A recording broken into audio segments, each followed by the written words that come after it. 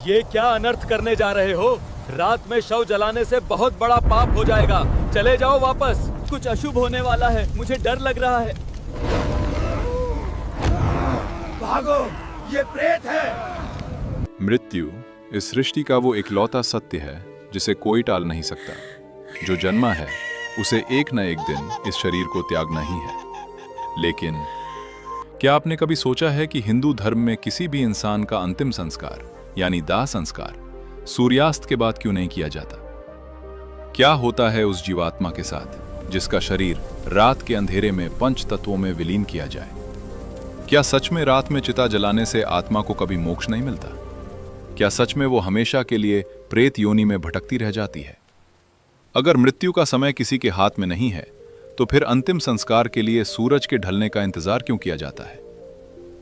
आज हम गरुड़ पुराण के उस गूढ़ रहस्य और उस प्राचीन कथा को जानेंगे जो स्वयं भगवान श्री कृष्ण ने पक्षीराज गरुड़ को सुनाई थी। एक ऐसी कथा जो आपको मृत्यु और उसके बाद के सफर की एक ऐसी सच्चाई बताएगी जिसे सुनकर आपकी रूह कांप जाएगी।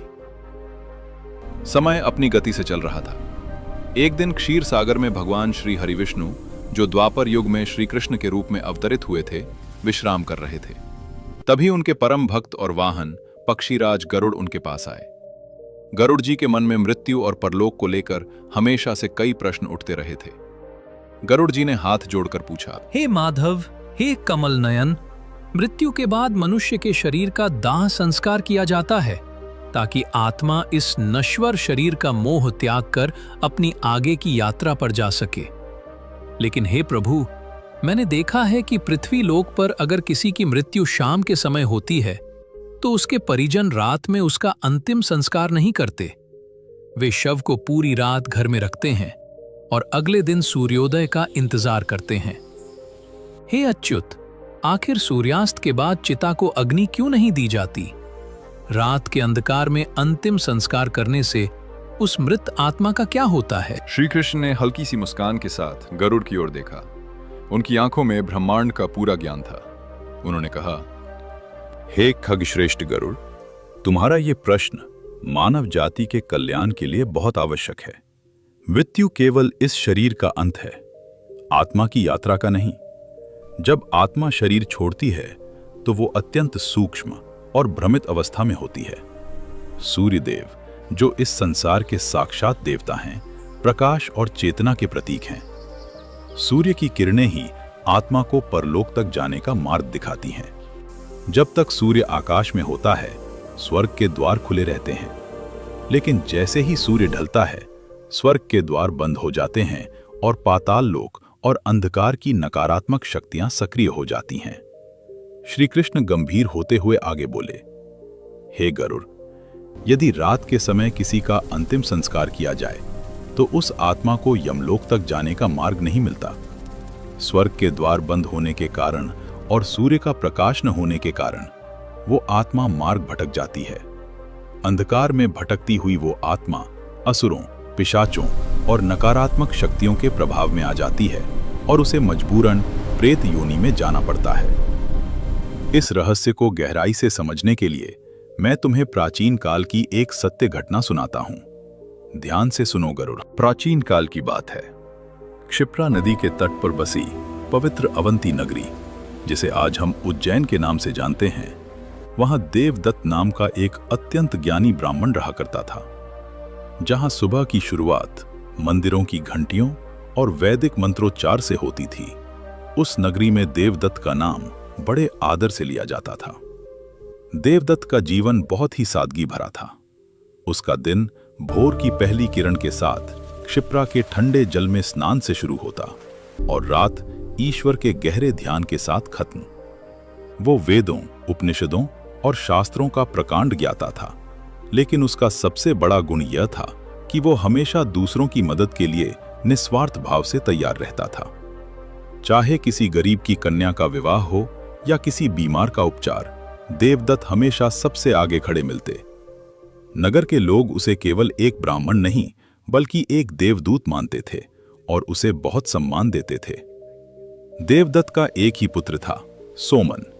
सोमन अपने पिता की दुनिया था और सोमन के लिए उसके पिता ही सब कुछ थे। वो अपने पिता से इतना प्रेम करता था कि उन्हें जरा सी भी तकलीफ नहीं होने देता था।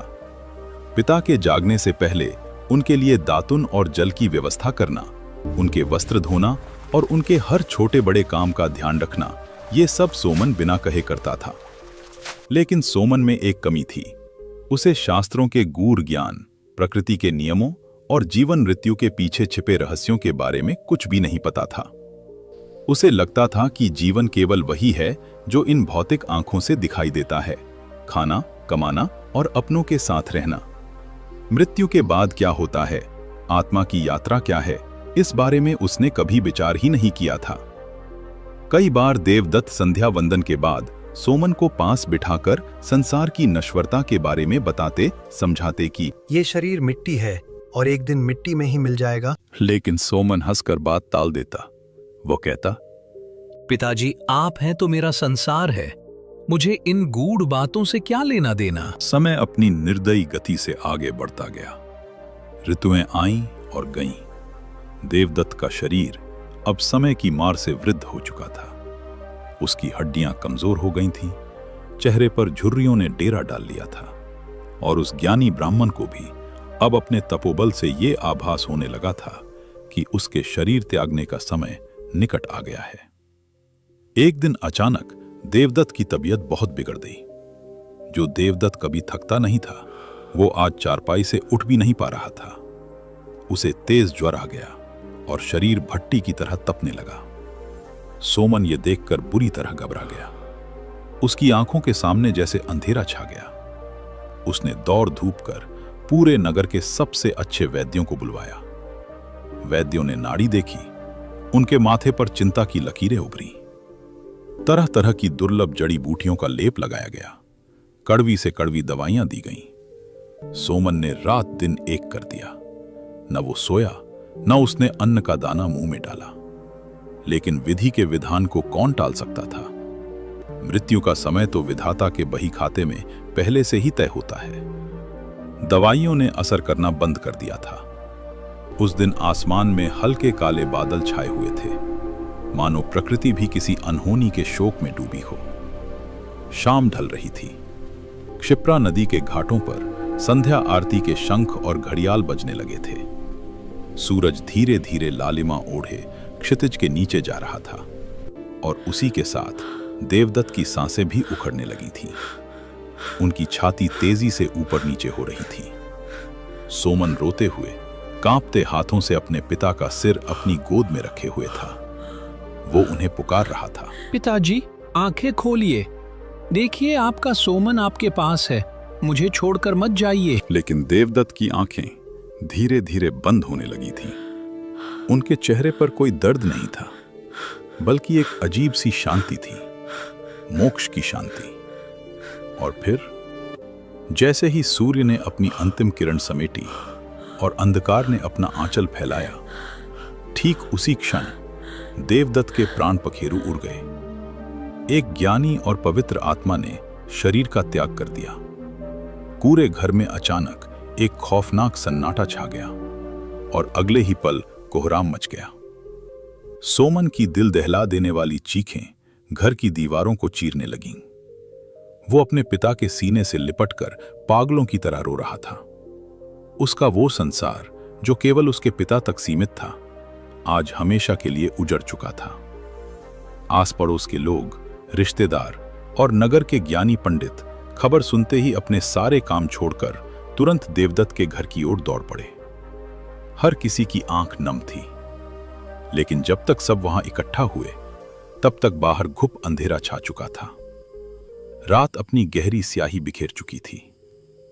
नगर के सबसे बुजुर्ग और ज्ञानी पंडित ने देवदत्त के मृत शरीर को देखा। उन्होंने एक गहरी सांस ली और सोमन के कंधे पर हाथ रखा। उन्होंने भारी आवाज में कहा, पुत्र सोमन, स्वयं को संभालो। तुम्हारे पिता एक पुण्यात्मा थे। उनका देहांत सूर्यास्त के बाद हुआ है। विधि का विधान और शास्त्रों का नियम यही कहता है कि अब इनका अंतिम संस्कार आज रात नहीं हो सकता। कल सुबह जब भगवान भास्कर उदय होंगे, तभी इनकी चिता को अग्नि दी जाएगी।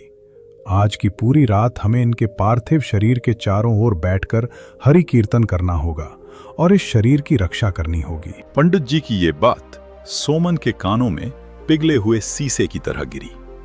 उसे विश्वास ही नहीं हो रहा था कि जो लोग कल तक उसके पिता के ज्ञान और उनकी पवित्रता के आगे सिर झुकाते